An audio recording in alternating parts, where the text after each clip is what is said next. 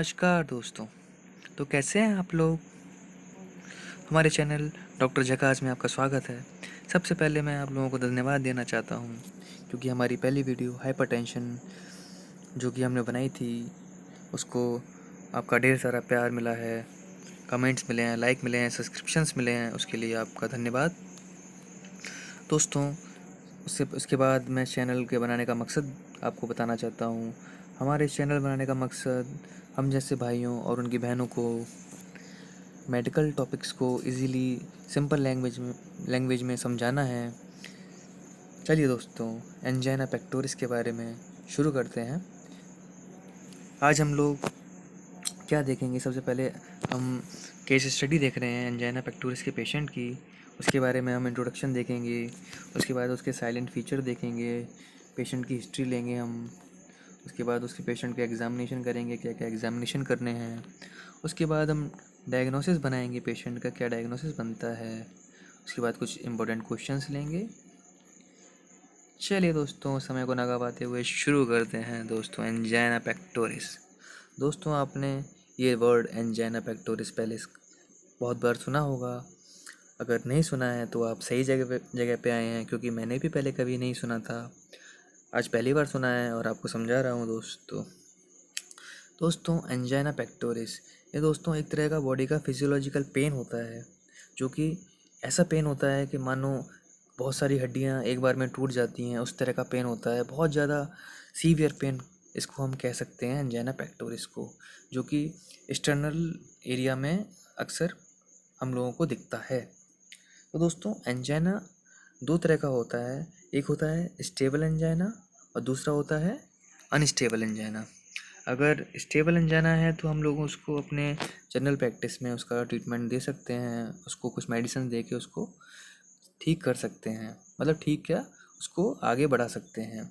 अगर unstable angina है दोस्तों तो उसको आप ज़रूर पहचानिए और उसको ज़रूर तुरंत उसको हॉस्पिटलाइज करवाइए, हायर सेंटर में इसको रेफ़र करिए। तो दोस्तों, ये वीडियो आपको बहुत ज़्यादा इम्पोर्टेंट है, क्योंकि ये वीडियो आपको आपकी जनरल प्रैक्टिस में ऐसे पेशेंट को रूल आउट करने में बहुत ज़्यादा मदद करेगी। तो चलिए दोस्तों, वीडियो को एंड तक ज़रूर देखिएगा। तो एंजाइना पेक्टोरिस दोस्तों होता क्यों है? एंजाइना पेक्टोरिस, जैसे कि मैंने आपको पहले बताया था कि बॉडी का एक फिजियोलॉजिकल पेन होता है, जो कि हमारे हार्ट और हमारे हार्ट की मसल्स के द्वारा होता है। तो ये पेन क्यों होता है दोस्तों? जैसे कि आप जानते हैं, हमारा हार्ट 24/7 नॉन स्टॉप काम करता रहता है और उसको काम करने के लिए न्यूट्रिशन की ज़रूरत होती है, ऑक्सीजन की ज़रूरत होती है, जो कि उसको हमारी आर्टरीज़ और हमारा कार्डियोवैस्कुलर सिस्टम प्रोवाइड करता है। यदि किसी भी कारण से उसको ये ऑक्सीजन और ये न्यूट्रिशन नहीं मिलता है तो उसकी हार्ट की मसल्स ठीक से काम नहीं करती हैं और बॉडी अपनी फिजियोलॉजिकल एक्टिविटीज़ को और या फिर पेन को सामने लाती है। उसको हम एंजाइना पेक्टोरिस कहते हैं आम भाषा में। चलिए दोस्तों, आज हम लोग एक और चीज़ आपको जाननी है। यदि आपका पेशेंट स्टेबल है तो कोई बात नहीं है। अगर वह स्टेबल नहीं है, यदि उसका एंजाइना अनस्टेबल एंजाइना है, तो उसको आगे जाके हार्ट अटैक भी हो सकता है या फिर मायोकार्डियल इन्फेक्शन भी हो सकता है। तो दोस्तों, ऐसे पेशेंट को आप ज़रूर रूल आउट करें।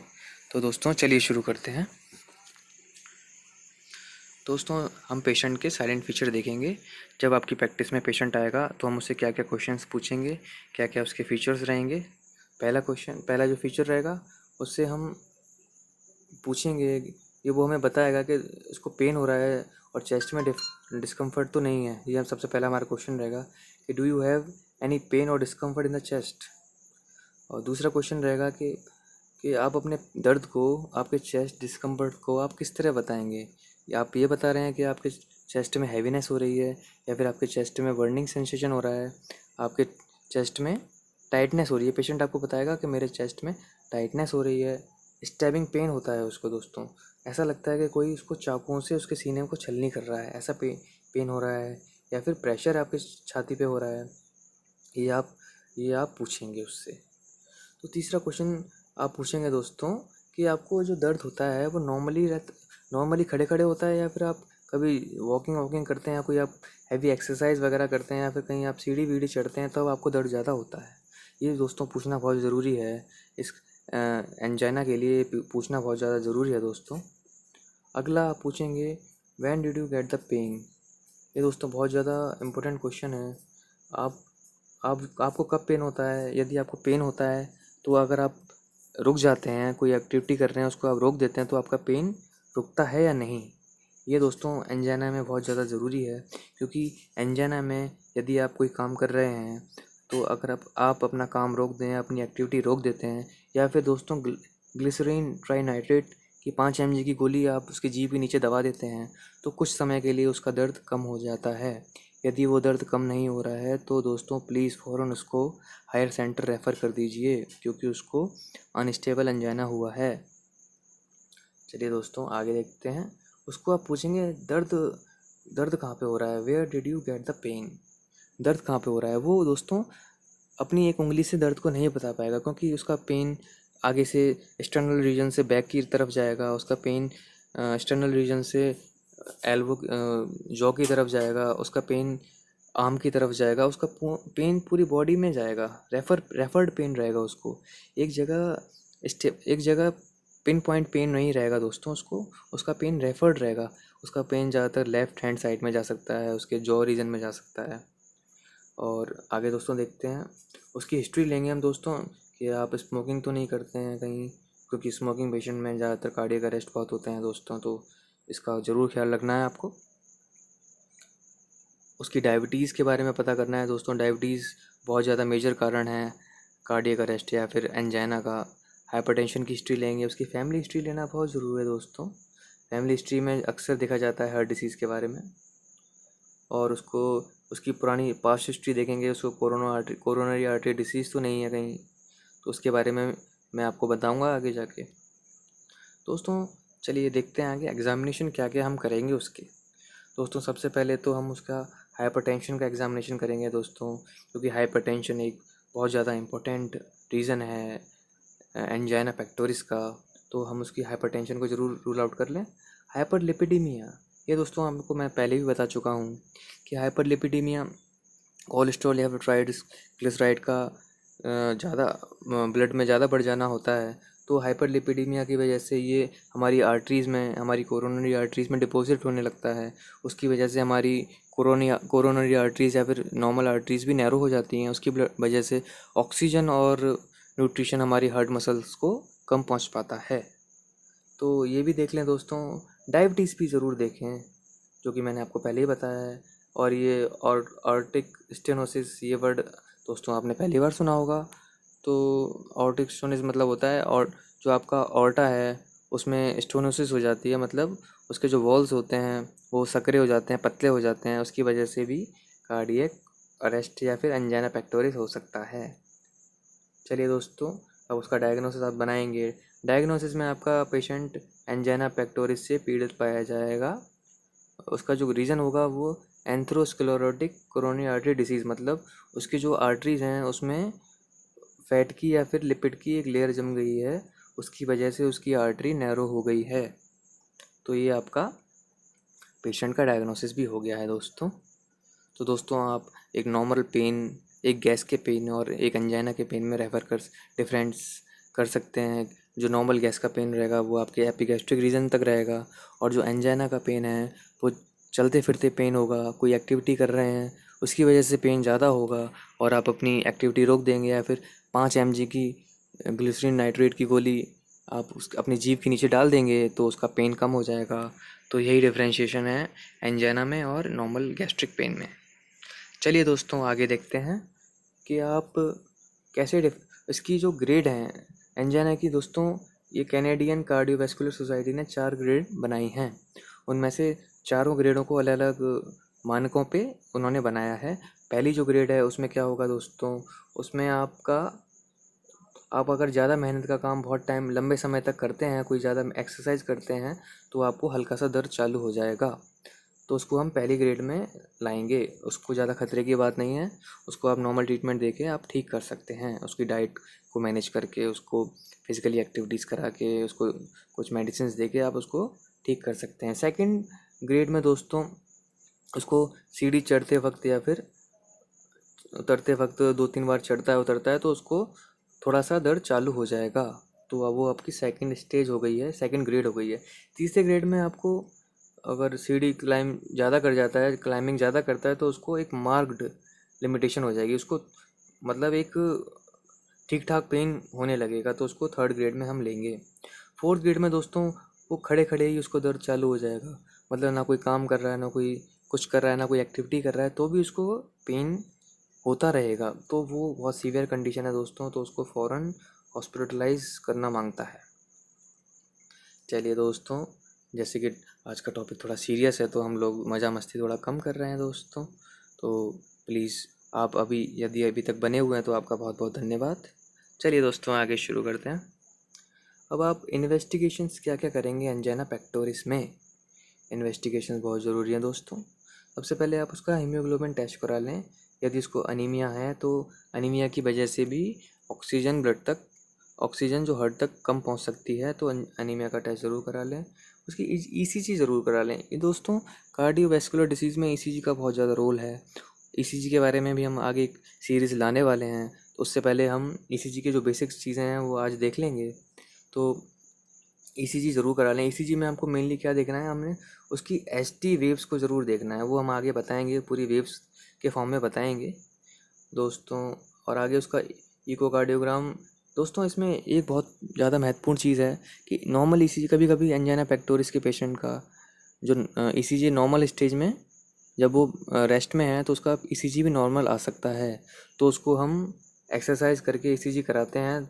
जब उसका ईसीजी थोड़ा गड़बड़ आता है तो हम पेशेंट को इस तरह से हम देख सकते हैं, तो उसको एक्सरसाइज करके ईसीजी करा सकते हैं, जिससे कि उसकी ईसीजी में कुछ चेंजेस आ सकते हैं, एसटी सेगमेंट डिप्रेशन और एलिवेशन हो सकता है। तो उसकी वजह से आप उसको कभी कभी क्या नाम है, वॉक करा के या फिर एक्सरसाइज करा के ईसीजी कराएं, तो उससे ज़्यादा अच्छी तरह से पता चलेगा। आप उसका इकोकार्डियोग्राफी करा सकते हैं, ये भी बहुत ज़्यादा आगे की बातें हैं, तो इसको भी आप देख सकते हैं। चलिए दोस्तों, हम ईसीजी की बात करते हैं। ईसीजी दोस्तों वैसे तो बहुत ज़्यादा कॉम्प्लेक्स चीज़ है, ये टेढ़ी मेढ़ी लाइनें हैं जो बहुत ज़्यादा दिमाग ख़राब करती हैं, लेकिन दोस्तों अब हमने ठान लिया कि हम लोग चीज़ें साथ में पढ़ना चाहते हैं, तो चलिए दोस्तों देखते हैं। दोस्तों ये जो आपको पहाड़ी सी दिख रही है, यहाँ पे जो पहाड़ी सी दिख रही है, ये पी वेव है। सॉरी दोस्तों, थोड़ा बीच में गड़बड़ हो जाती है। जो पी वेव है, ये जो गड्ढा सा दिख रहा है, ये आपका क्यू वेव है। और जो ये एफएल टावर सा लंबा सा ये ऊंचा है, ये आपका जो एफएल टावर है, ये है आर वेव। और ये जो नीचे को जा रहा है, ये दोस्तों ये है एस वेव, और ये है टी वेव। दोस्तों नॉर्मल कंडीशन में ये जो आपकी जो होती है सीधी लाइन में होती है, बस ये आपकी जो आर वेव है ये थोड़ी ऊंची होती है, बाकी ये पी वेव और ये टी वेव ये एक ही लाइन में अक्सर होती हैं। और जैसे आपको दिख रहा होगा ये नॉर्मल ईसीजी है। दोस्तों अब एक्सरसाइज कराते पे आपका ईसीजी देखते हैं। एक्सरसाइज कराते पे दोस्तों देखो, ये पी वेव तो यहाँ पे आ गई और क्यू वेव गड्ढे में चली गई यहाँ पे, और ये आईफल टावर ऊपर पहुँचा, ये अपनी आर वेव है। और एस वेव तो दोस्तों और नीचे चली गई है, मतलब ये हो गया डिप्रेशन ऑफ एस।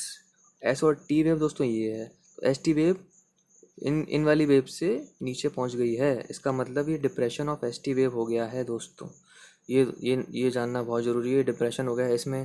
दोस्तों देखिए सीधी लाइन में आ रहा है, इसमें जो ये है सीधी लाइन की बजाय ये डिप्रेशन में आ गया है एस टी वेव। दोस्तों ये बहुत ज़्यादा इम्पोर्टेंट फैक्टर है एंजाइना पेक्टोरिस या फिर ब्लॉकेज का, तो दोस्तों ये ज़रूर देखें। आगे दोस्तों कोरोनरी एंजियोग्राफी करा सकते हैं आप हायर सेंटर्स में जाके, वो भी बहुत ज़्यादा अच्छी तरह आपको बता पाएगी कि कौन सी आर्टरी में ब्लॉकेज है, क्या है। आगे देखते हैं दोस्तों। अब आप जैसे कि आप जानते हैं कि जो क्रोनिक स्टेबल एंजाइना है उसमें आप ट्रीटमेंट दे सकते हैं, और जो अनस्टेबल एंजाइना है में आप उसको आपको रेफ़र ही करना होगा। तो जो क्रोनिक स्टेबल एंजाइना है, वो जो आपको बहुत टाइम से सीने में दर्द होता है, उसके लिए हम क्या क्या ट्रीटमेंट दे सकते हैं दोस्तों। उसके लिए दोस्तों हमारी थेरेपीज़ आती हैं ABCDE करके, हमारा निमोनिक है, इसको हम ऐसे निमोनिक की फॉर्म में याद कर सकते हैं। ए से हमारा यहाँ पे आता है एस्पिरिन एंटी एंजाइनल थेरेपी और ACE इन्हिबिटर थेरेपी। इसमें हम पेशेंट को लॉन्ग टर्म एस्पिरिन दे सकते हैं। एंटी एंजाइनल थेरेपी मतलब दर्द के लिए कोई मेडिसिन दे सकते हैं और एसी इनहिबिटर थेरेपी दे सकते हैं। एसी क्यों दे रहे हैं? एसी इनहिबिटर दोस्तों, जैसे कि आप जानते हैं कि एसी ही इनहिबिटर आपकी जो आर्टरीज़ हैं उसकी जो वॉल्स हैं उनको रिलैक्स करता है, जिससे कि ब्लड आसानी से हार्ट की मसल तक पहुंच सकता है। तो एसी इनहिबिटर दे सकते हैं। और बी पे आ गए तो बी पे आप बीटा ब्लॉकर्स दे सकते हैं, जिससे कि आपका ब्लड प्रेशर नॉर्मल होगा।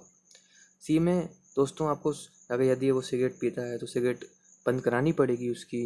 सिगरेट से वैसो कंस्ट्रिक्शन होता है, उसकी आर्टरीज सिकुड़ जाती हैं, तो सिगरेट फ़ौरन से बंद करा दें। और कोलेस्ट्रॉल के लिए वाली क्लोपिडोग्रेल दवाई दे सकते हैं। उसकी डाइट डाइट डाइट आप मैनेज कराएं। डाइट में आप फैट वेट बंद करा दें, उसका दूध वूध में से घी उतरवा के दूध पिलाएं और घी तेल बंद करा दें थोड़े दिन के लिए। और एजुकेशन कराएं, उसको एजुकेटेड बनाएं, थोड़ा सा उसको समझाएं उसकी बीमारी के बारे में। और उसकी एक्सरसाइज पे बहुत ज़्यादा ध्यान दें दोस्तों। एक चीज़ देखी गई है कि जो ये ब्लॉकेज वाले पेशेंट होते हैं, जो कोरोनरी आर्टरी वाले पेशेंट्स होते हैं, उनमें एक्सरसाइज का बहुत ज़्यादा महत्वपूर्ण रोल है, क्योंकि एक्सरसाइज करने से आपके जो कोलेटरल आर्टरीज़ हैं उनका एक्टिवेशन हो जाता है, जिससे कि हार्ट को ब्लड अच्छी तरह से मिल पाता है और आपका हार्ट फिर से नौजवान हो जाता है। दोस्तों आज का वीडियो थोड़ा गंभीर था, तो हम लोगों ने मस्ती थोड़ी कम करी। और यदि आप लोग हमारे साथ अभी तक बने हुए हैं तो आप लोगों का बहुत बहुत धन्यवाद। और ऐसे ही हमारी वीडियोस को लाइक करते रहिए, चैनल को सब्सक्राइब करिए, वीडियो अच्छी लगे तो शेयर करिए दोस्तों। थैंक यू दोस्तों।